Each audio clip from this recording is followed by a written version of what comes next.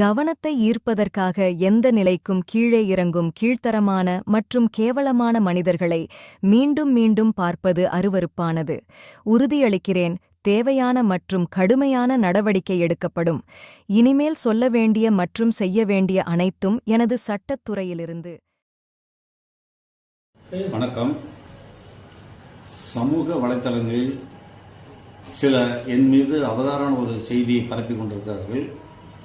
இந்த செய்தியை நான் எந்த இடத்துலையுமே நான் சொல்லலை, எந்த இடத்துலையும் சொல்லலை.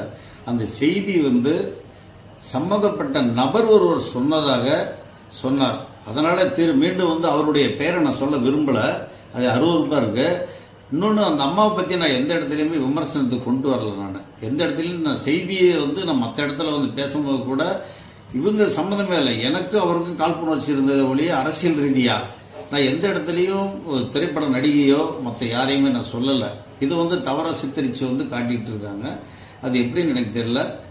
திரைப்பட இயக்குனர் உயர்திரு சேரன் அவர்களுக்கும் ஆர்.கே. செல்வமணி அண்ணன் அவர்களுக்கும் மற்றும் திரிசாம்மா அவர்களுக்கும் என்னுடைய பணிவான வேண்டுகோள், ஒருவேளை உங்கள் மனது புண்படும்படியாக இருந்திருந்தால் நான் சமூக வலைத்தளம் மூலமாக நான் என்னுடைய மன்னிப்பை கேட்டுக்கிறேன்.